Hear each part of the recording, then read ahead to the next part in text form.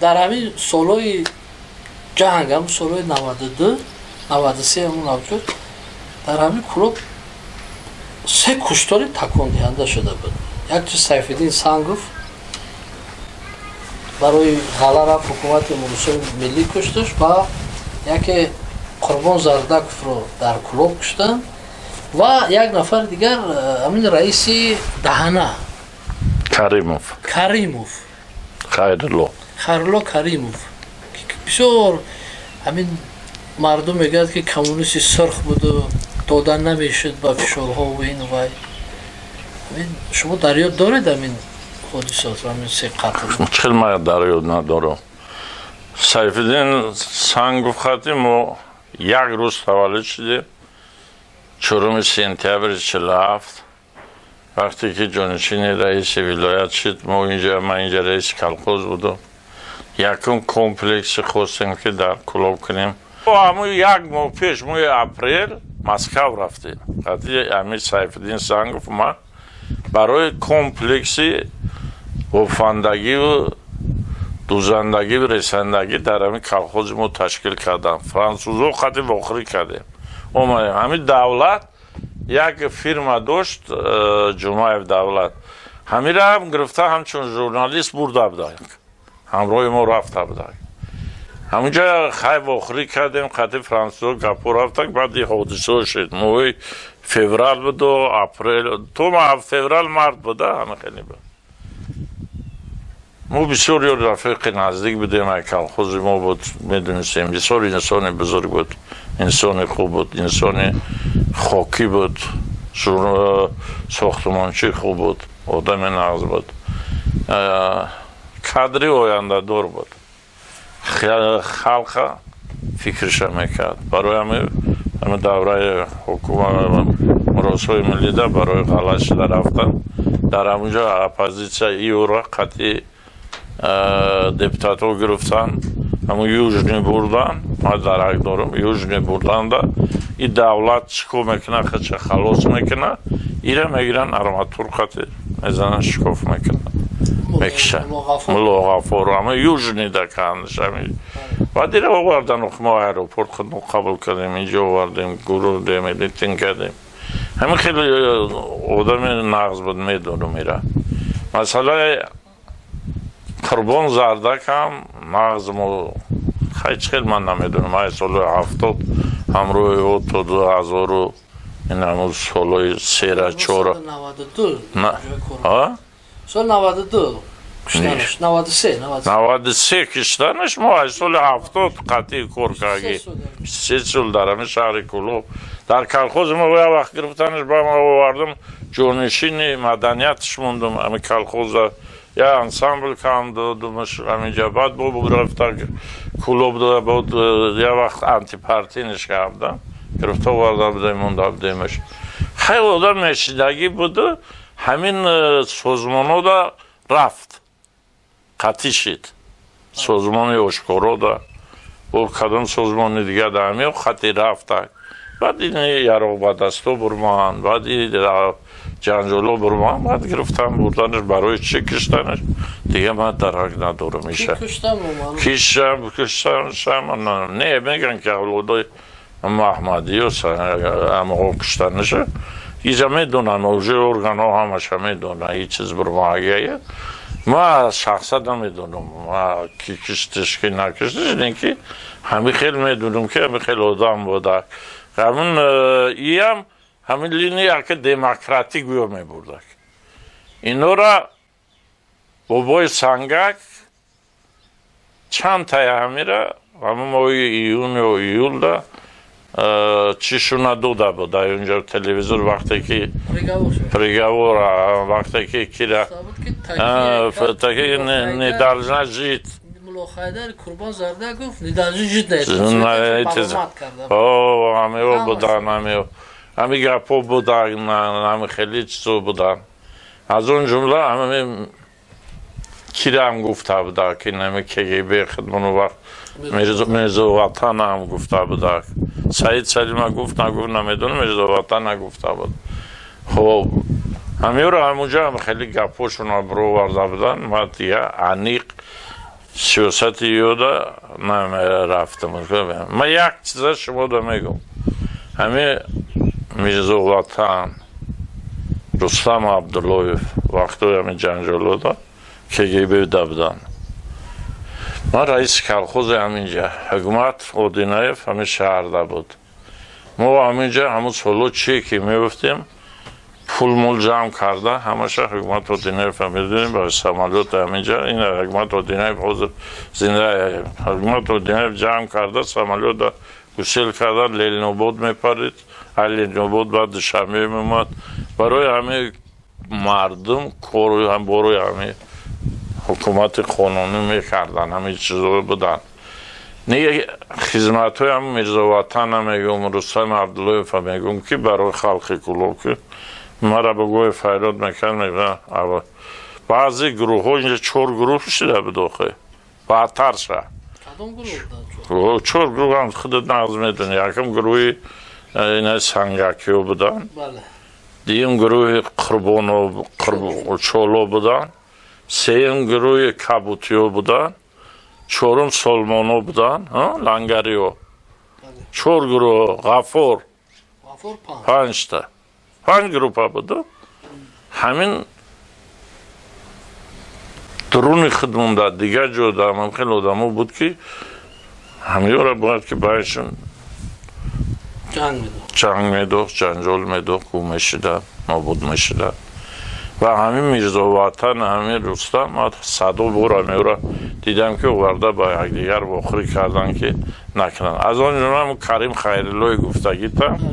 یکی از رئیسوی بهترین بود آدم زور بود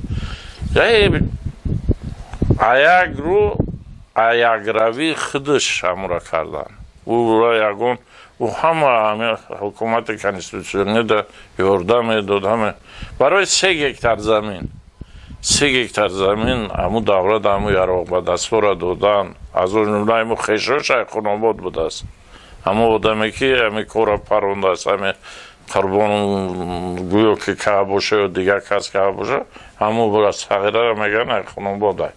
3 بیتل بودن نه او قربان نداشت اون نمیدونم چه نوعی خانواد بود همه 3 هکتار زمین نه همه یک رویش ندادک خیر ممکن از همون دوره ضرور بود که برای کشیده پوستک علو زدن همین معقولت اوره درست این همه خیلی شد برای همه 3 هکتار زمین ما یورا اشتی دوروندم همه 97 وقتی که ما 50 سالگی ما گذراندم قربان بوده کریم خیرلو اومد ما مقابلی اگر دپوتات دیده بودیم قطعی کریم خیرلو وقتی ما دپوتات مجلس عالی گذاشتم ایمون بعد اومد گفت که یک همین بر خلاصی تزون ایش زپیسه آقا 50 سالگی ما را بین همین زپیسه و خدا دادن سیدن اکی او را خدا داده ما یک ستیزه کن و همین اب جبار بودم بس که هم گفته بعد ما قطعی قربان اشتیشون داروندم در همین ایروپورت کلون هم پروژت کردن بود بعد ای اشتیشون داروندم یکی اشتی را نمیدونن ای ببون قربان هم نشید با فکرم ای به کسی شید که در احومان ای دشنبه اومدن تو همه کلیل نبود در کلیل نبود گذاشتن نیستن سینی چنگ تودا میره هم باینده باید پراندانش خود چقدر 4 اویلش و 5 اویله پراندانش بسیار دهشت بود حقیقتا دهشت بود او را یفتن جزا دادن سود شدن همش نیکی همون دوره هم خیلی نفهمی بود از اون جمله حالی ما را گفتن ما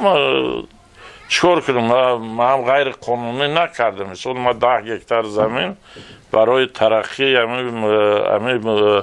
سالت و از زمین های کوریس همین سلطان چولا دادم داکومنتال نکرده دادم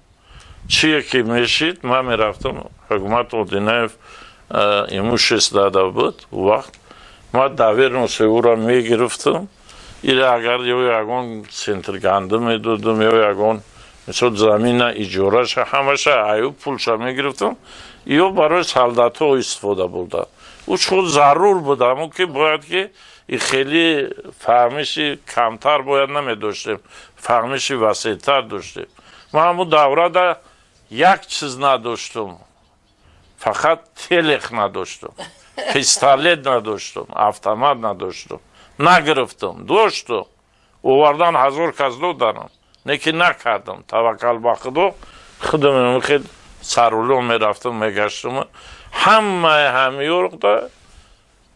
قانونی یوردم کردیم برای تشکیل شدن و این چسشون برای تشکیل شدن خراکی سلطتوشون میومند کارخوشی دیگه جوری میرفتن کمازشون پر کردن میرفتن نه من میومدن داور نوت میوردن من میگم که در کورته هزار برای کمیته ایموشست داور نوت بیار ایوجا داور نوت میورد من 10 تن غلاش میدادم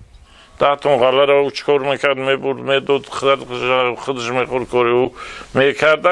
من او 10 تن غلا رو پولش ده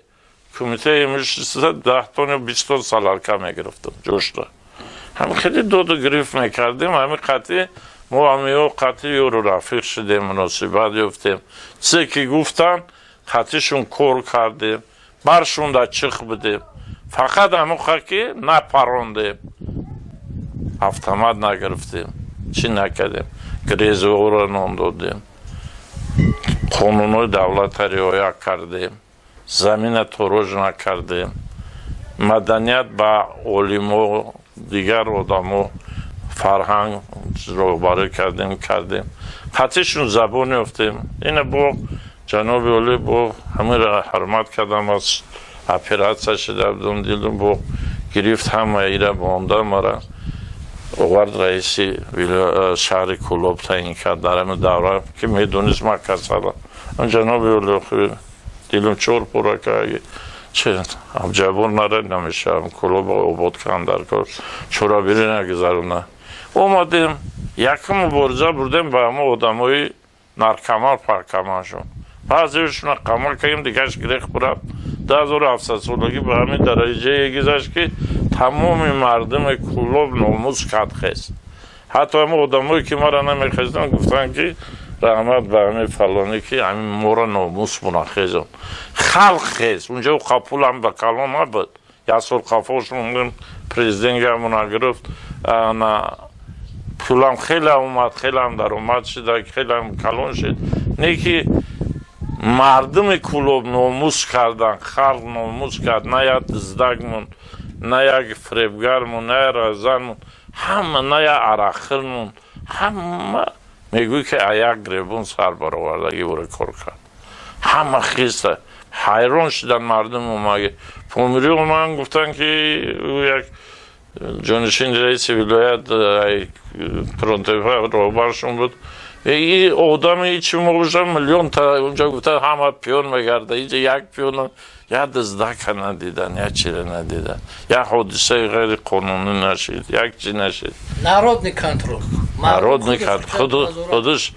ناموس نارود شهر کلو مردم کلو پریزیدنت هم میگه